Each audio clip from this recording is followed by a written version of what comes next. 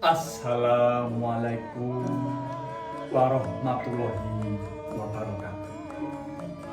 Pambagyo raharja sugeng rawuh sinartan gunging panuwun tanpa pepindhan.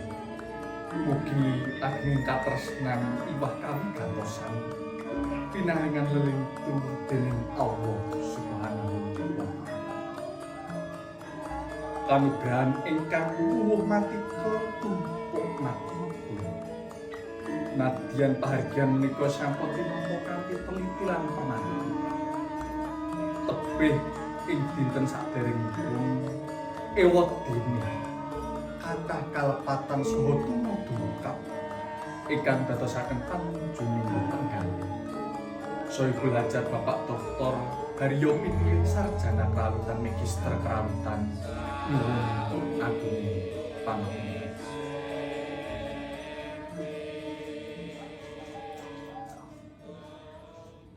Ngumandang menika umeling munggan gending ladrang gati dados pakurmatan lung tinampi uga rampe sasrahan paningset dikupung kalakrama tinindyan sanggan.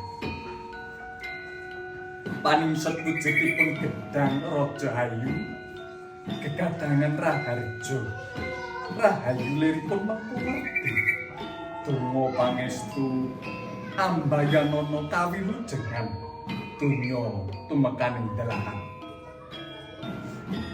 Lirang jangkep setangkep tondo cehna tangkeping raos miwah sedya luhur kulawarga kekalih anggenipun badhe dhaopaken putra genduk ayu Kartika Sari Purnomo Jati sarjana seni magister seni kaliyan Nakmas Bagus Dimas Jalu Setiawan sarjana seni magister seni Manggiya Bagyo Mas Pelik Raja Brana Dalah Wardana Arta minangka tandha cihna uga rampe pandhiri ingkang dipunaturaken sampun tinampi kinanti Sukarna golong giliking penggalih handayanana manunggaling sedya paripurna tata cara pasrah panampi iwah tinampi uga rampe paningset palakrama kalajengaken upacara suci miwah sakral nenggih punika akad nikah. Sampun sah jejering garwa miturut syariat agama Islam. Nakmas Bagus Dimas Jalu Setiawan sarjana seni magister seni miwah genduk ayu Kartika Sari Purnomo Jati sarjana seni magister seni pineksenan dening para sesepuh Romo Ibu dalah kulawarga tindakipun temanten putri tinampi dening kakungipun ibadah ingkang katindakaken punika cehna garwa ingkang setya.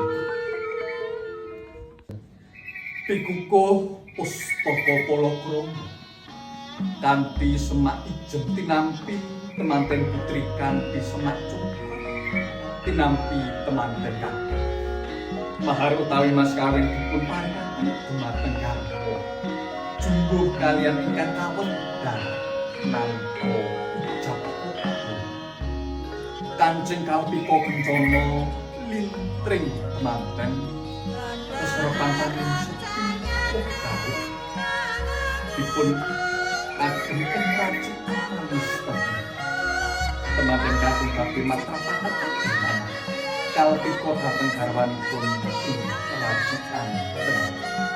Bismillahirrahmanirrahim. Kalpika aliyan ojo nganti lali sampun suci sinadya badhe lampah kaliyan paresan sesupe sampun ngantos kesupen